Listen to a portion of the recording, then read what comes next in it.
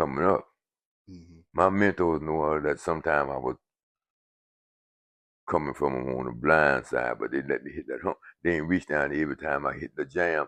Right there, they right there pick me up. They said let him suffer a little bit. Come on, let him do without them down Converse tenders. Way back there, see. You got a pair of Converse, you hit the lottery, you hit the numbers. You hit the number. See. So but then you start a materialistic thing, come and go. You know, my generation, we always thought we were gonna outlive our money. Right? So therefore we didn't do, some of us didn't enjoy it because we was afraid.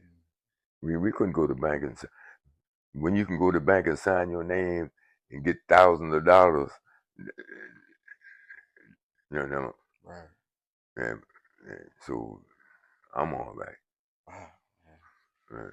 Nah, that's very impactful because it kind of goes back to what you said about building that character and how sports help build character, but also going without sometimes maybe some shoes or maybe that meal you might have wanted. It helps you build that inner strength to Right. now go and go and get it in a different way. Yeah. So Yeah, the inner strength, man. You got to have that. And don't be too hard on yourself. You know. Yeah, grace. Sometimes I get hard on myself when I was working, you know what I mean? You can't say, Bobby Scott told me one time, he asked me, we asked somewhere, and the guy said, Pooh Johnson, you trying to save the world? Bobby Scott said, yeah, he's trying. And I didn't dawn on him what he was saying. He said, yeah, he's trying to save the world. So then when I asked Bobby, he said, hey, I meant that. Not that you ain't trying to, if you could, you trying to save the world. He said, so when a guy asked you that again, you told him, yeah, I'm sure I am. You know what I mean? Yeah. Yeah. So, man. but if people got faith in you, man, they're gonna help you, man. If they don't have faith in you, they ain't, you know what I mean? They go through the motions on you. You know what I mean? And so, don't be disappointed when it backfire on you.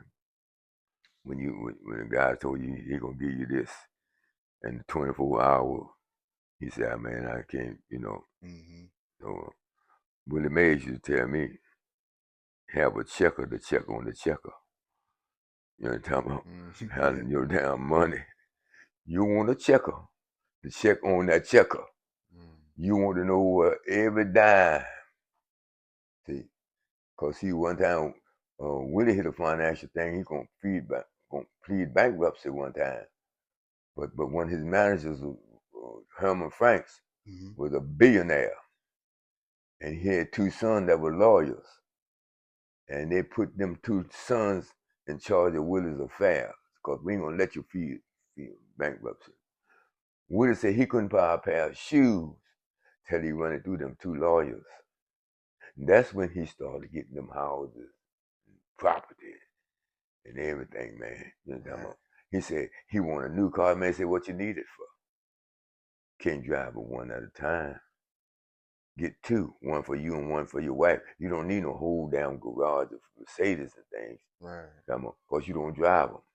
And don't you think you're going to get the same price as that Mercedes when you try to sell it as you paid for it.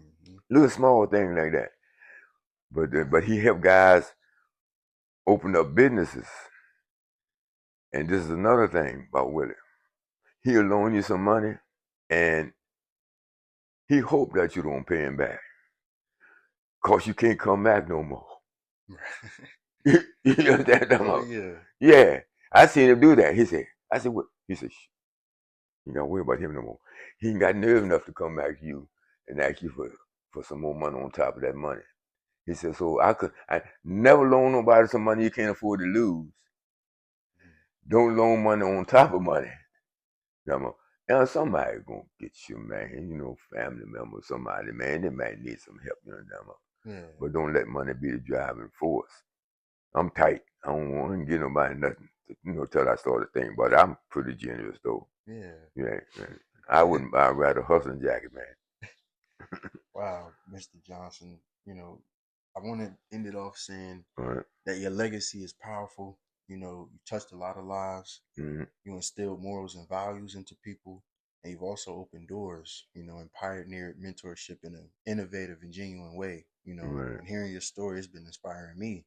So, when future generations speak your name, what's the biggest lesson that you want people in my generation to learn from your legacy? He's all right. You know what I mean? Uh, I like to say that he was up front. Uh, I'm not knowing they're gonna hurt nobody physically or mentally. You know what I mean? And I try to walk in your shoes and everything. But the main thing I want to say that he can be trusted. Hmm. See, if you don't trust a person, I don't care what position he got or whatever, you don't trust him, he's not gonna have the same effect. To be trustworthy, to be a man of your word's supposed to be your bond. Yeah. Now, if you can't do that, then you need to come to the person and say, "Man, I thought I could do this, but I can't do it." Sometimes Hmm. that's the thing about it is uh, be trustworthy, you know, and be upfront with people. I like them say that hey man, just put it in a nutshell.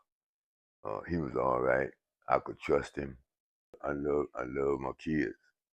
You know what I mean?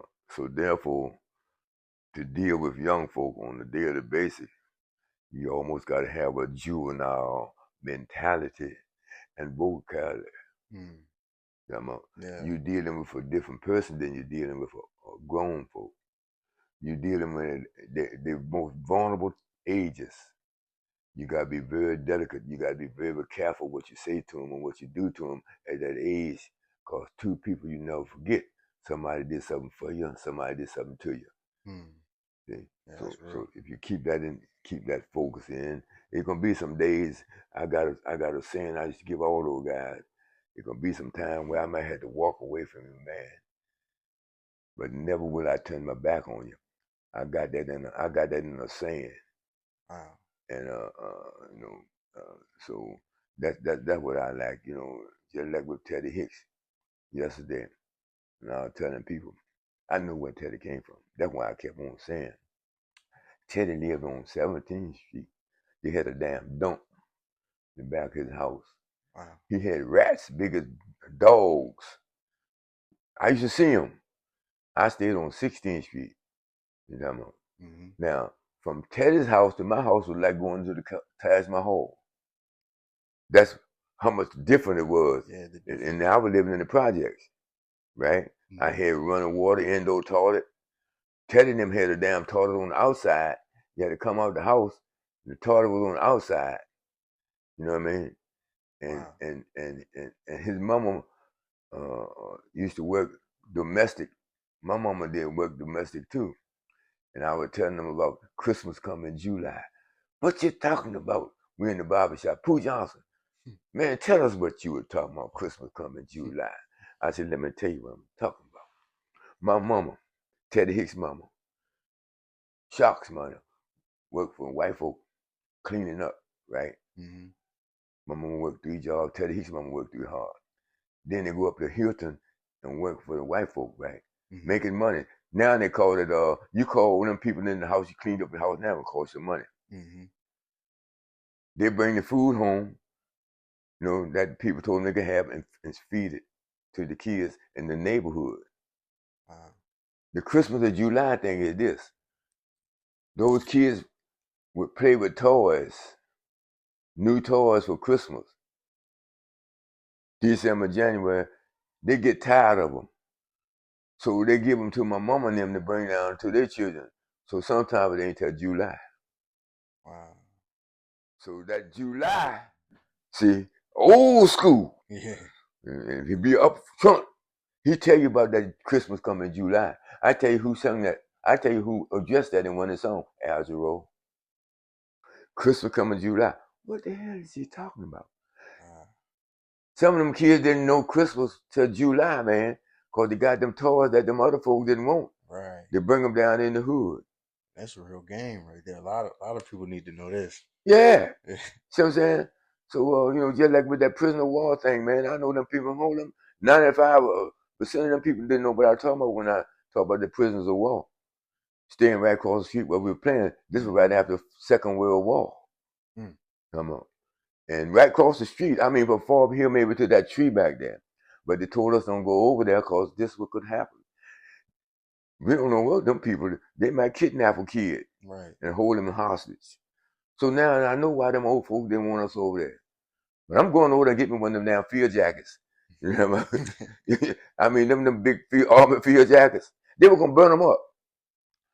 And the comic books, they would burn the comic books back in there by trailer loads. Instead of getting them to the kids, they would burn them up, man.